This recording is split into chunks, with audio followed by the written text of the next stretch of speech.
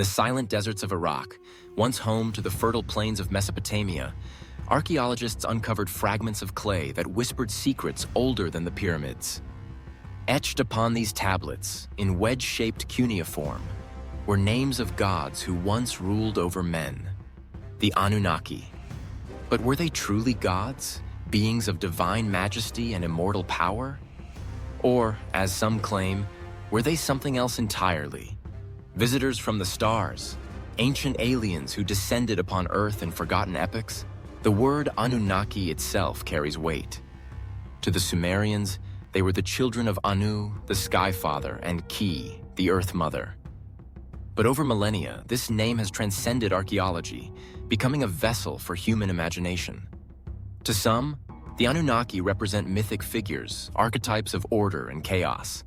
To others, they are evidence of a hidden truth, that humanity's origins are not merely terrestrial, but cosmic.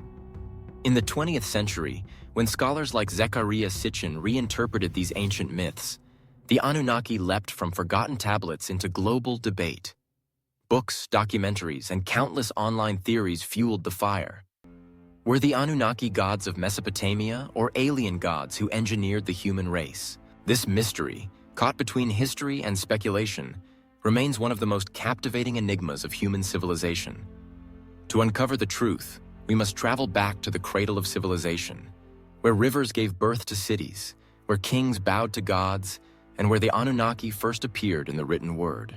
Long before the pyramids of Egypt pierced the desert sky, and before the walls of Babylon echoed with chants of kings, a people thrived between two rivers, the Tigris and the Euphrates. This fertile crescent, Mesopotamia, was the stage on which humanity's first great experiment with civilization began. Around 4000 BCE, the Sumerians built the world's earliest true cities: Uruk, Ur, Eridu, Lagash. These cities were unlike anything the world had seen.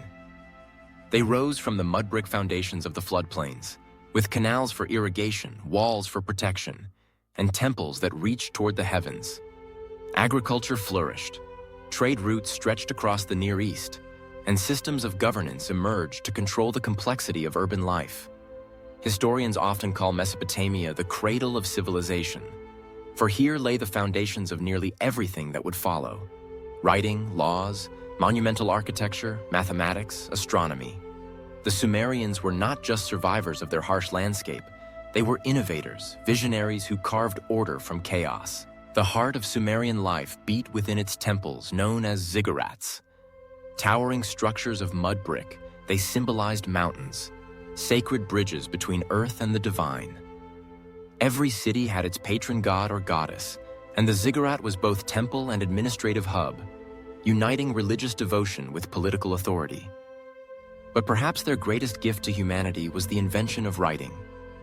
The Sumerians created cuneiform, pressing wedge-shaped marks into wet clay tablets. At first, it was used to record grain, taxes, and debts. But soon, the tablets told stories, preserved myths, and carried hymns to the gods.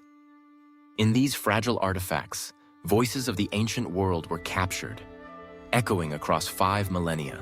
Religion was not a separate sphere. It was the very structure of existence.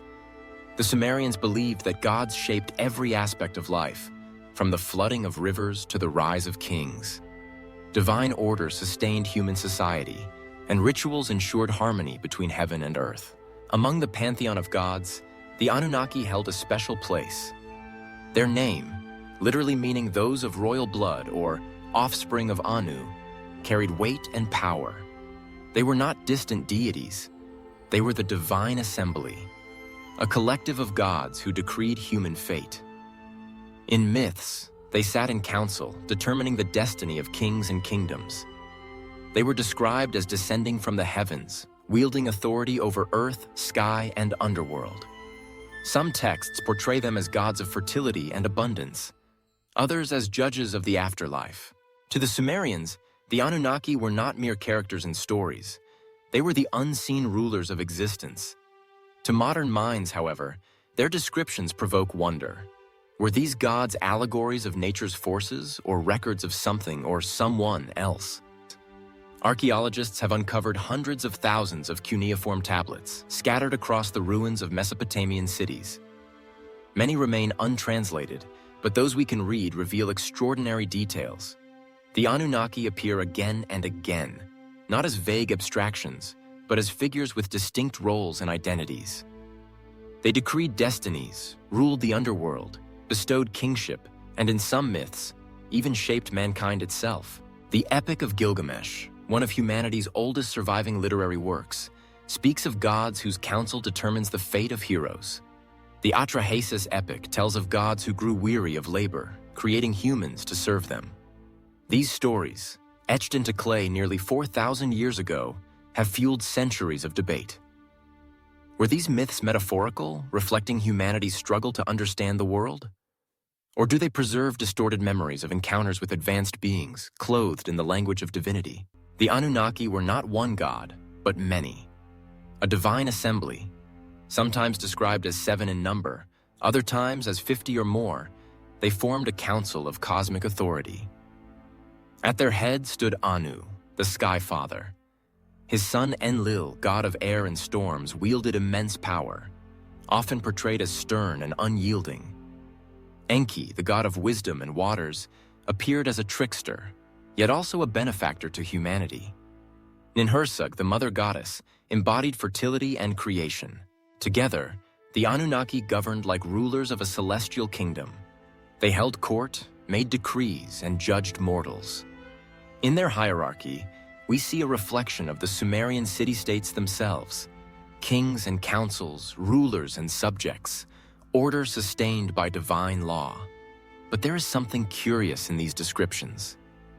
Unlike distant, untouchable gods of later religions, the Anunnaki were often depicted as physically present, walking among men, intervening in human affairs, and even mingling with mortals. Among the most fascinating stories are those of creation. In the Atrahasis epic, the lesser gods grew weary of hard labor, digging canals, maintaining the land. To relieve their burden, the Anunnaki created humans. According to the myth, mankind was fashioned from clay mixed with the blood of a slain god, given life to serve as workers for the divine. This story raises profound questions. Was it a poetic allegory of humanity's relationship with nature and labor? Or, as some have suggested, a literal account of genetic manipulation? An ancient memory of bioengineering, recorded in mythic language. Among the most fascinating stories are those of creation. In the Atrahasis epic, the lesser gods grew weary of hard labor, digging canals, maintaining the land. To relieve their burden, the Anunnaki created humans. According to the myth, mankind was fashioned from clay mixed with the blood of a slain god, given life to serve as workers for the divine. This story raises profound questions. Was it a poetic allegory of humanity's relationship with nature and labor? Or, as some have suggested, a literal account of genetic manipulation? An ancient memory of bioengineering recorded in mythic language? Other texts describe the Anunnaki as judges of the underworld, determining the fate of souls. They appear not only in creation myths, but in tales of floods, wars, and divine punishment. Their presence is woven through the very fabric of Mesopotamian belief, never distant, always powerful. And yet, these myths are more than religious tales. They are the seeds of ideas that would echo through later cultures. Stories of gods creating man, divine councils ruling from above, and beings descending from the heavens. It is here, in the texts of Sumer, that the mystery of the Anunnaki truly begins. Were they gods imagined by the first great civilization? Or were they something else? Beings whose memory was preserved in the oldest writing humanity has ever known? For historians and archaeologists, the Anunnaki are firmly rooted in the realm of mythology. To them, these figures are comparable to Zeus and Hera in Greek tradition, or Ra and Isis in Egyptian lore, divine characters embodying forces of nature, political power, and moral order. Sumerian myths, scholars argue, are not eyewitness accounts but cultural artifacts. They explain why floods occur, why kings rule, and why death is inescapable. The Anunnaki, in this view, represent cosmic principles, Enlil as authority and storm, Enki as wisdom and water, Ninhursag as fertility and earth. Their stories are reflections of human society, projected onto the canvas of the divine. Moreover, mainstream academics point out that the texts were written thousands of years after the Sumerians first rose to power. Over time, myths evolved, blending religious belief with political needs. Kings invoked the Anunnaki to legitimize their rule, embedding divine authority into earthly governance. To scholars, this is evidence of myth-making, not alien contact. But there remains a curious detail. Sumerian texts often describe the Anunnaki in ways that feel strangely concrete. They descend from the heavens, they gather in councils, they create humans with specific purposes. Their actions often read less like allegories and more like historical chronicles. This tension between symbolic and literal interpretation fuels the mystery. Are we reading too much into poetic imagery, mistaking metaphor for memory? Or could it be that ancient scribes recorded events that actually took place, events later clothed in the language of gods and myth?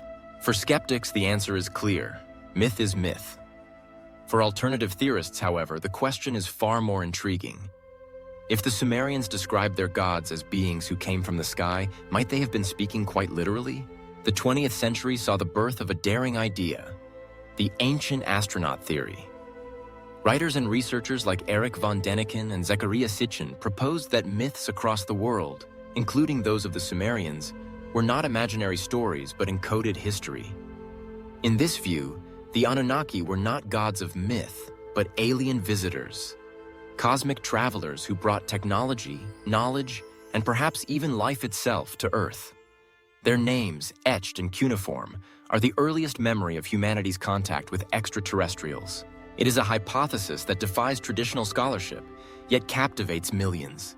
Why? Because it suggests a radical rethinking of human history. If true, the story of the Anunnaki is not only about ancient Mesopotamia, it is about us, our very origins, and the possibility that we are not alone in the universe. No figure looms larger in the debate than Zecharia Sitchin. In 1976, he published The 12th Planet, a book that would forever change the conversation about the Anunnaki. Sitchin argued that the Sumerians were not writing mythology at all, but recording encounters with advanced extraterrestrials. According to his interpretation, the Anunnaki hailed from a distant planet called Nibiru, part of our solar system but hidden on a vast elliptical orbit. Every 3,600 years, he claimed, Nibiru swings close to Earth, allowing its inhabitants to visit. Sitchin suggested that around 450,000 years ago, the Anunnaki came to Earth in search of precious resources, especially gold, which they needed to repair their planet's failing atmosphere. In his view, ancient Mesopotamian texts describe not divine myths, but real events. Landings, mining operations, and human interaction with beings from beyond. Perhaps the boldest aspect of Sitchin's theory was his claim about human origins. Drawing from the Atrahasis epic and other Mesopotamian myths, he argued that the Anunnaki created mankind as a labor force. The story goes that the gods grew weary of manual work, particularly mining. To solve the problem, they combined their own DNA with that of early hominids, producing a new species, Homo sapiens. We, Sitchin said, are the hybrid offspring of terrestrial primates and extraterrestrial beings. This theory reframes the ancient creation myths in startling ways. When the tablets speak of humans shaped from clay mixed with divine essence, Sitchin interprets it as genetic engineering described in primitive terms. In his narrative, humanity's sudden leap in intelligence, technology, and social complexity is not accidental, but engineered. Central to Sitchin's claims is Nibiru, the hidden planet of the Anunnaki. He described it as a massive world whose elongated orbit takes it far beyond Pluto, only to return near Earth every few millennia. According to his followers, this cycle explains ancient stories of gods descending from the heavens and catastrophic events in human history. Some even linked Nibiru's alleged approach to modern fears of global disaster, suggesting that the Anunnaki may one day return. Though no astronomer has ever confirmed the existence of Nibiru, the idea has seeped into popular culture. From conspiracy theories about Planet X to apocalyptic predictions, the name resonates as a symbol of hidden truth and cosmic danger. Of course, Sitchin's work has drawn sharp criticism. Scholars argue that his translations of Sumerian texts are flawed, often stretching meanings beyond recognition. Assyriologists insist that words he interpreted as spaceships or planets carry entirely different connotations in their original language. Astronomers, too, dismiss Nibiru as fantasy. While scientists do consider the possibility of a distant Planet 9, its orbit and nature bear little resemblance to Sitchin's claims. As for genetic engineering, critics point out that evolutionary biology provides a robust explanation for human development without invoking extraterrestrials. And yet, despite academic dismissal, the allure of Sitchin's theory endures. Why? Because it speaks to something deeper than facts alone. The human longing for connection with the stars. The suspicion that our origins hold secrets yet untold. The Anunnaki, in this alternative view, are not myth but memory. They are our creators, our overseers, perhaps even our lost kin. And while the scientific community remains unconvinced, millions continue to ask, what if the Sumerians were telling us the truth all along? Though the Sumerian civilization eventually faded, their gods did not vanish. The Anunnaki were inherited, reshaped, and reinterpreted by the Babylonians and Assyrians. In Babylon, they became entwined with the mythic battles of Marduk, the city's patron deity. In Assyria, their roles shifted again, often associated with the underworld and divine judgment. The name Anunnaki continued to echo in ritual texts and hymns. They were invoked in prayers, feared in curses, and honored in ceremonies. What began in Sumer endured through centuries of empire, passed down like a torch carried from one age to another. This continuity suggests that the Anunnaki were not mere passing myths, but figures deeply rooted in Mesopotamian spiritual consciousness. The legacy of the Anunnaki may also reach into the Bible itself. Some scholars have drawn parallels between the Sumerian gods and the Nephilim mentioned in the book of Genesis, described as the giants or sons of God who came down to earth and mingled with humanity before the flood. Could the Nephilim and the Anunnaki be echoes of the same memory, filtered through different cultural lenses? Both are depicted as beings of extraordinary stature and power, descending from above and shaping human destiny. The biblical flood narrative, too, bears striking similarities to the Mesopotamian story of Atrahasis and Gilgamesh. In both, divine beings warn a chosen man of a coming deluge. For alternative theorists, such parallels are not coincidences but proof that biblical tradition inherited fragments of Mesopotamian tales, possibly tales of encounters with alien gods. The mystery extends beyond Mesopotamia. In Egypt, gods descended from the sky to rule as pharaohs. In Mesoamerica, the feathered serpent Quetzalcoatl arrived from the heavens with knowledge of agriculture and astronomy. In India, the Vedic texts speak of devas who wielded flying chariots and weapons of unimaginable power. Are these simply universal myths born from human imagination? Or are they scattered pieces of a larger puzzle, a shared memory of contact with beings from the stars? Whether one interprets these stories as symbolic or literal, the parallels are undeniable. Across the globe, cultures separated by oceans and millennia told tales of gods descending, guiding, and sometimes creating mankind. And at the heart of these narratives, the Anunnaki remain one of the oldest and most enigmatic. In the modern age, the Anunnaki have transcended ancient tablets and entered the realm of global imagination. They appear in novels, films, video games, and countless internet forums. From science fiction epics that depict alien overlords to YouTube channels unraveling hidden histories, the Anunnaki have become cultural icons. This resurgence is no accident. Their story captures the essence of mystery, the possibility that history is not what it seems, that the truths of our past remain buried in sand and stone, waiting to be uncovered. Within UFO culture, the Anunnaki occupy a central role. They are often presented as proof that alien contact with humanity is not a modern phenomenon, but an ancient one. Conspiracy theorists claim that governments know more than they admit, that records of the Anunnaki and their technology are suppressed to keep humanity in ignorance. To some, every unexplained archaeological site, be it the pyramids of Giza, Stonehenge, or the Nazca Lines, is linked to these alien gods. The Anunnaki are cast as both creators and manipulators, beings who gave humanity knowledge but perhaps still watch from the shadows. Part of the enduring fascination lies in secrecy. The idea that the truth of the Anunnaki is hidden, that scholars, clergy, or governments conceal it, makes the narrative irresistible. Forbidden knowledge has always captivated the human spirit, and the Anunnaki embody that desire to peel back the veil. In online communities, theories about their return circulate endlessly. Some believe the Anunnaki will come back with the reappearance of Nibiru. Others see them as silent overseers, guiding humanity's progress. Whether fact or fantasy, the Anunnaki thrive in this modern mythology because they feed a timeless hunger, the belief that there is more to our history than we have been told. The Anunnaki remain a mystery poised between two worlds, the world of myth and the world of possibility. In the Sumerian tablets, they are gods, powerful, commanding, shaping destiny.